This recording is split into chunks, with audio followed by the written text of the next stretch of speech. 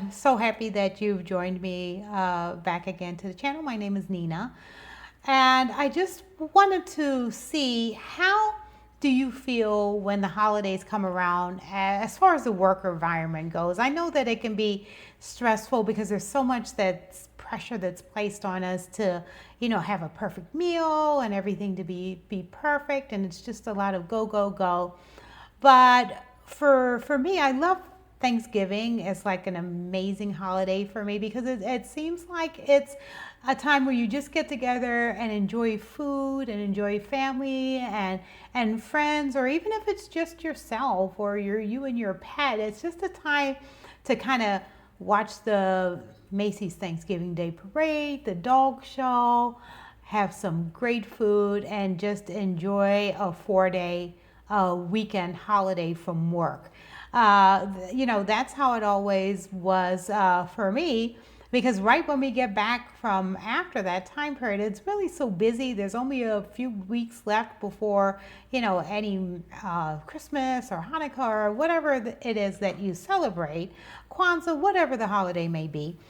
But when we would get back from work, and I have worked at a medical practice for over 13 years, and every single year, right after Thanksgiving, we would kind of announce when the holiday party would be coming up, and everybody would be excited because when the holiday party comes up, you only have to work for a half a day, and we go somewhere and have a nice meal together. We get a holiday check, which was always nice that people would usually spend that money during Thanksgiving because I have Black Friday, so everybody kind of does a little bit of shopping knowing you're going to get that holiday check. But last year, when we got back from Thanksgiving break, the practice announced that it was closing. So this was the Monday after getting back from Thanksgiving that the practice was going to close down, and actually was going to close on December 12th. And if you remember last year for Thanksgiving, that Thursday was very close to the end of the month. I want to say maybe it was the 27th or the 28th or something like that. So you just go from having that feeling of jubilation to shock to maybe anger to what am I going to do now? What am I going to do now? I'm looking around this room when they're making that announcement, when the announcement was made, and there's people there that are single parents that I know, living paycheck to paycheck, people living paycheck to paycheck. I myself had just bought this condo that I'm in. I love my condo. And I had just purchased that condo. So, what it's just my granddaughter's in college. I'm helping her with those expenses. So what do you do? And to try to think about even getting a job during the holidays, it was just really a difficult and devastating time. But you feel incredibly secure when you've been someplace for such a long time too. But security and comfortable doesn't mean happy, doesn't mean contentment. It just means it's something that you're used to getting up and going, even though it was extremely stressful for me. The years after, probably after 2020, extremely stressful for me. So much so that when I did have my Poshmark store, which I believe I opened my Poshmark store, I want to say in 2019, 2018, 2019, I just pretty much stopped because work was so stressful. By the time I leave work, I couldn't even, think about going in and listing or really doing anything. So I kind of sat there pretty much dormant. I'd sell items here and there. I'd follow people, go on and look, maybe purchase some things if I needed something. But as far as being active in it, I just didn't have the mental capacity to do that. But one of the things that I'm so incredibly grateful for today is that I've always had a specific mindset whenever I work somewhere that I've never trusted just having one stream of income coming in, just having one job and that's the only thing I'm going to rely on, and I'm going to go there and I'm going to work hard every day, and they're going to take care of me and trust, not trust me because I've always, been trustworthy, but just that they were going to take care of me. I never could, I never had that mindset. I've always, been like, I have to rely on myself, because there's times when I've worked places and maybe they didn't have the money to give a raise. I've worked a place where I didn't get a raise for years, and when I got one, it was like 10 or 15 cents. But I said, I'm going to have my own side hustle that I'm going to do. So if I need a raise, I'm just going to work a little bit harder over here in order to pay myself. And I'm so grateful that I did have that mindset because of what happened. And, for decades, I've always made certain I still have a medical transcription business, but back in the day, medical transcription was, you could make some really good money. I was making like six figures with, between my position where I worked, which was in transcription as well. I was the department manager for a transcription company down in Miami. And we had the Jackson Memorial Count, had about 30 people working there, many of them from home, many of them moms working from home. And it was so nice because you could work whatever time you wanted to. You set your own hours, you're working on, it was all, it was not commission based, but production based. So, I had a couple of my own accounts also, that I had 5 people just working for me at that same time. I was teaching transcription. So, but even though I was working the job where I was working, I was getting paid very well there, but I wanted to have something extra on the side just in case. So I started a transcription course. I taught that online for quite a while. I went out and got some of my own accounts. I was able to do that and be able to have 5 people working for me. So being able to take care of them made me feel good too. But transcription kind of went to the hayside or hayway or wayward or whatever term is. It's pretty much oblivious. I do still have one account. I have 2 people working for me. I've always kept that. So grateful that I did, because when I was working somewhere, I could have said, let me not bother with it. It's not that much work that I have to do with the transcription, but still it's something you got to do every day. You got to go in and do a little bit of something with it. But I kept it, because I'm like, you never know what happens. So you never know what happens. I did the Poshmark while I had the transcription going on. And it's just, never just have one thing. But once the pandemic happened, prior to the pandemic, when I had the Poshmark store, I said, I'm going to take some real estate courses. Let me see about doing that. That's something I could do a little bit part-time. On the weekends, maybe I could, sell, even if I sell 3 or 4 or 5 things throughout the year, that's decent commission for that. And later on, maybe, I won't want to work here anymore, even though I'd been here for such a long time. I don't think I would have gotten out of there unless they kicked me out during the holidays. But anyway, I took a real estate course, but the pandemic happened. And when that happened, I was, working in healthcare. We had to continue to work because of, it was like what did they call it? It wasn't mandatory. I can't remember the term off the top of my head now that it was required. I don't remember. It was something that you had to continue working because it's healthcare. So we stayed open the whole time.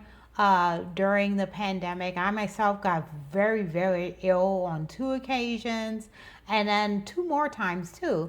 I was sick, but not as sick as the first 2 times. The first 2 times were horrible, but just with all that was going on, I just couldn't continue with the real estate courses. I didn't have it in me when I got home. I was either not feeling well. I had staff members that were getting sick. Patients would come in sick. So it was just I didn't have the capacity to be able to study. So I stopped with the real estate course, and everything at work was so stressful that I don't know if you've ever been where you've been in a situation where you almost feel like you're just going through the motions. You're almost like a zombie. Like, I'm happy. I was never in a depressed state or anything like that.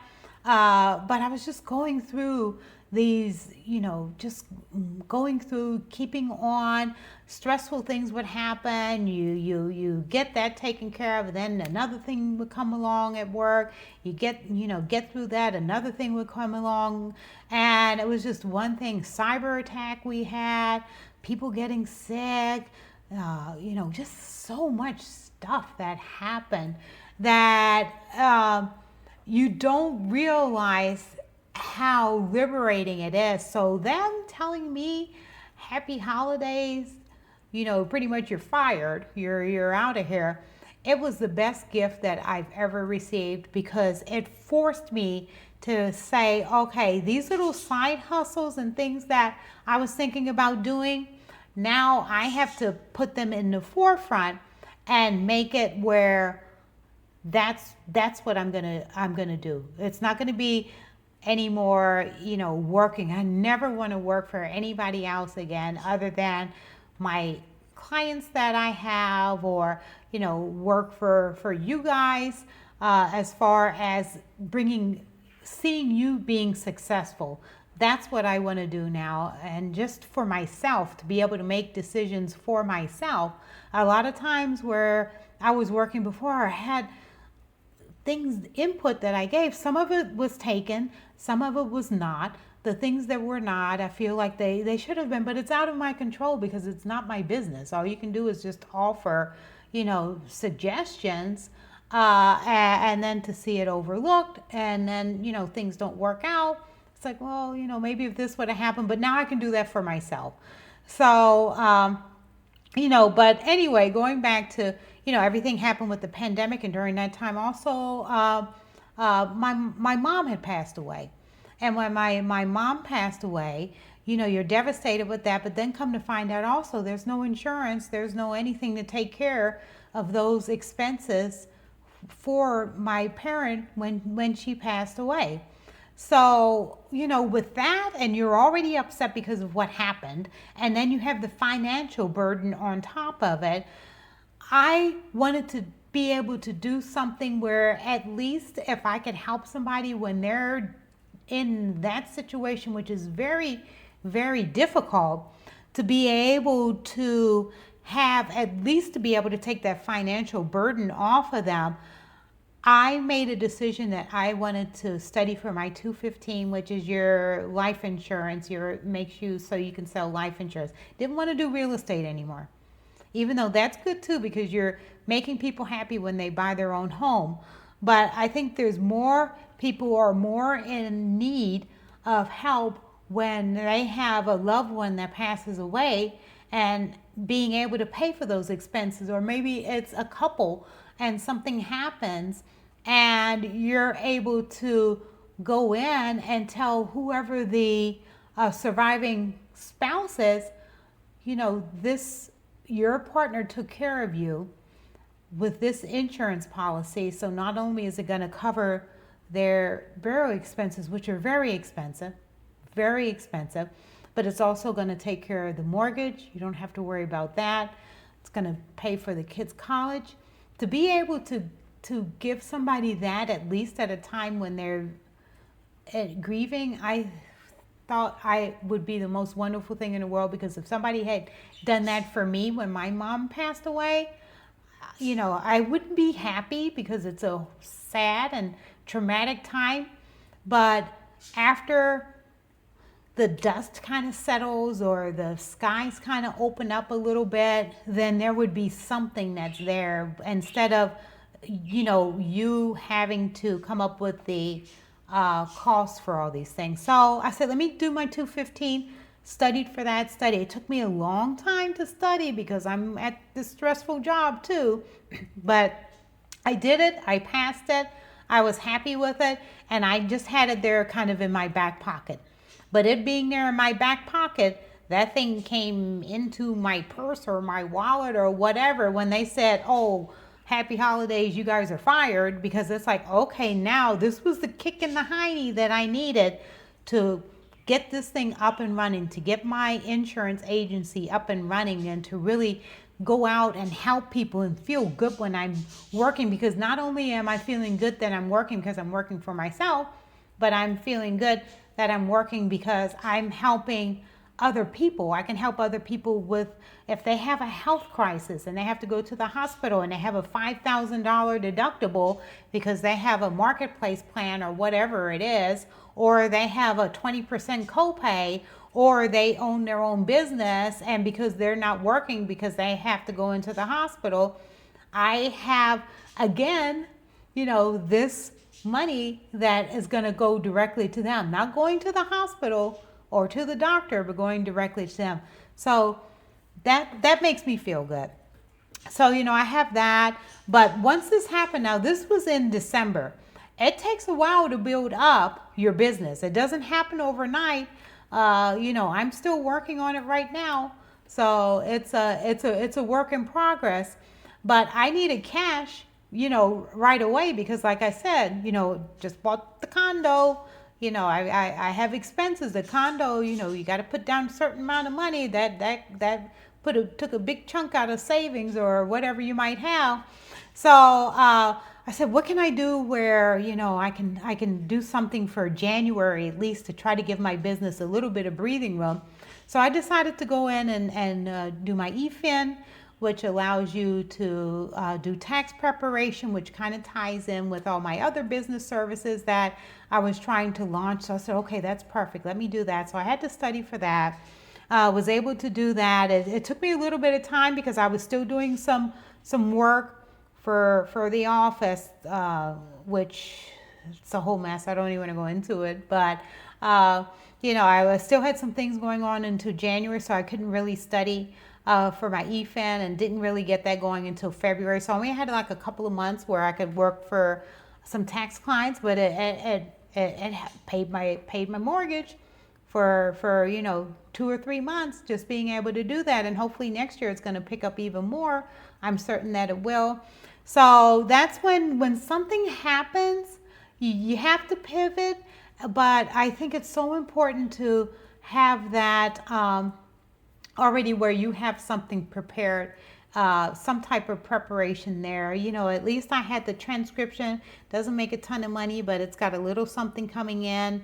I had the Poshmark store, which is now, why I'm going in and trying to revamp my Poshmark store a little bit. I had some stocks also. I've learned, taught myself how to do some stock options, and I've got like dividend stock money that comes in, about $600 a month from dividends that I have that comes in, and try to reinvest that or whatever, and just all these streams coming in. So just in case one thing falls short, then hopefully the other one will pick up. Like they say, if you're looking at, you're building a house, right?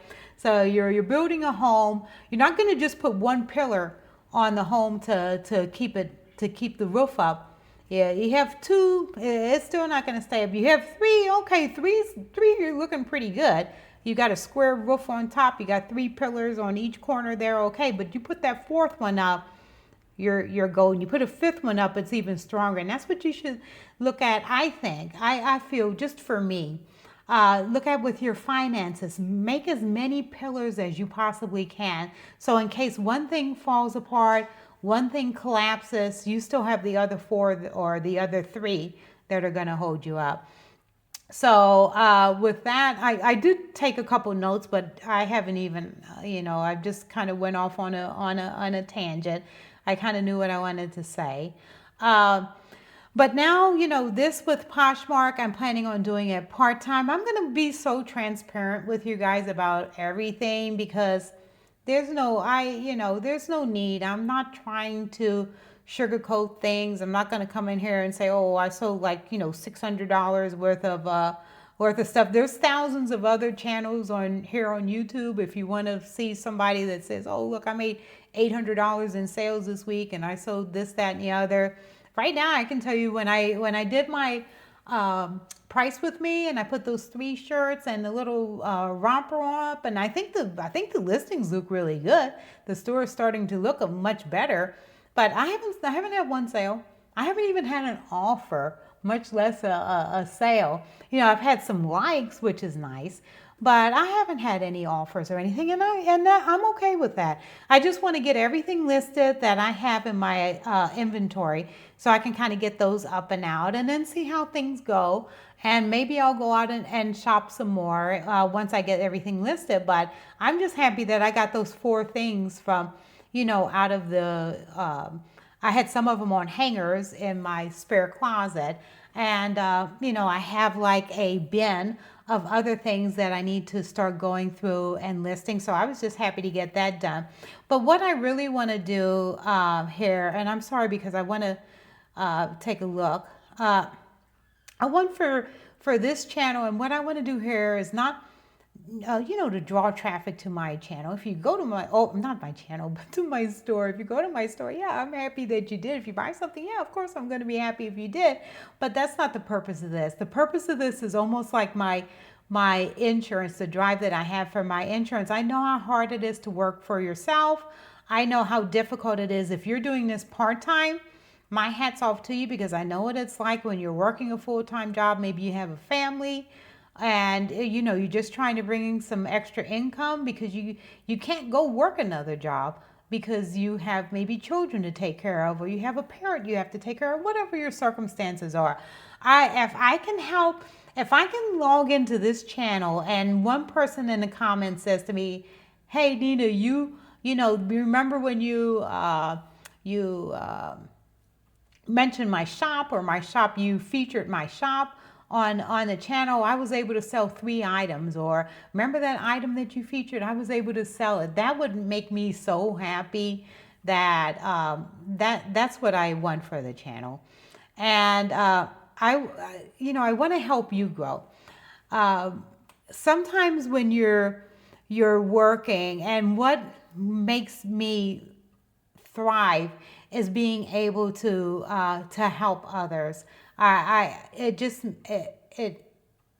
It'll make you feel good to be able to help somebody else. So my advice that I can give that helped me is to please, if you're working somewhere and you feel stressed out, or it's a toxic environment, or whatever the case, or even if you're there and you're like thinking things are hunky-dory, and it's like, oh, that'll never happen to my where I work. I love where I work. I loved where I worked too, until I got to a point where I didn't really love it anymore. And then it just became stressful. And like I said, I didn't even realize what that stress was like until it was no longer there. And now it's like, I feel like a new person. And at this second stage, it was probably the end of the second stage of my life, because I'm no spring chicken. I feel the best that I've ever felt before, as far as what my focus is, and what I expect for my career. It's not, I can't even say it's a career, but just where my work life is going to take me. And just, I love my boss right now, because my boss is me, and I know my boss has my best interest out for me, because my boss is me, and it's nice to be able to make decisions with how I want for the trajectory of what I want to do in the future, to be my decision to make, if that makes any sense. And I hope that this video was somewhat not really informative, but maybe enlightening, enjoyable. I want for you to know, if you're in a situation where you feel that, man, I don't know what's going on with my job, I'm concerned. Try to think of something that you enjoy doing. Maybe you don't enjoy reselling. Maybe you want to do something else. There's so many things you could try. You can become a notary. That's not a long course to take. You can do like online notary. You can be like an online notary, or you could see about insurance if you're interested in something like that. That's something you can do. Something you can do part-time while you're working. Is wonderful. You like to write. I'm going to be working on some digital content. I love to write. I love to read. And I have a lot of ideas of way I think that I can help people. So I'm going to put some digital content together, not just YouTube, but some other things that I have planned also that I'd like to do. There's people I know that started a grooming, like a mobile grooming is really popular down here. Even like I would think like oh, it's hard to go to somebody. I mean, for me, I don't like to go to people's houses, but here they have these things that are set up, but then it's going to a workspace. But still, if you like to do, I don't know, if you like cutting hair or whatever you may like to do, and you want to work for yourself but not invest a ton of money renting a space, here they have these places that are in a strip mall, but it's beautiful. It's a place is immaculate. It looks like this high-end salon or spa that's there, but each person has like a little segment, like a little bay that's their own little business, and it's like $1,000 a month that they rent there. But that's you can kind of start your own thing if you want to that way, or go to a farmer's market and set up something there. If you're crafty, maybe try selling something on Etsy. I did that for a while. But just to try to see about getting as many additional streams of income that you can. So that way, just in case something does happen, it's not knocking you flat off of your feet. And like I said, I hope you enjoyed this video. Please make certain to comment. Let me know what your store name is so I can go and follow it. If you have an item that you would like for me to feature, I would love to do that for you. I can, put it here, embed it, and talk about it on the video. I would probably have like several items from several of my subscribers. You would just, make certain you subscribe to the channel. Just leave like a comment with your shop name and the item that you want featured, or you can also email me. My email address is in the show notes below. Send me an embedded picture, not an attachment or anything like that, or a link. I'm not going to click on any of those things. But if you send an embedded picture, I can just do a screenshot of it and I can feature you on one of the upcoming videos. But take care of yourself and love yourself, and know that even at a time where you think that you at your lowest, there's always some type of I don't want to, yeah, I guess you could call it a silver lining. Find your blessing in your lesson. That's what I'm going to say. When something bad happens, I usually call it a lesson. Find a blessing in there. Find something that's positive in there. And even if you really can't find anything positive, you've learned something from that, so you'll make certain that doesn't happen again, okay? All right then, I hope you enjoyed this video, and I will see you guys next week. Bye.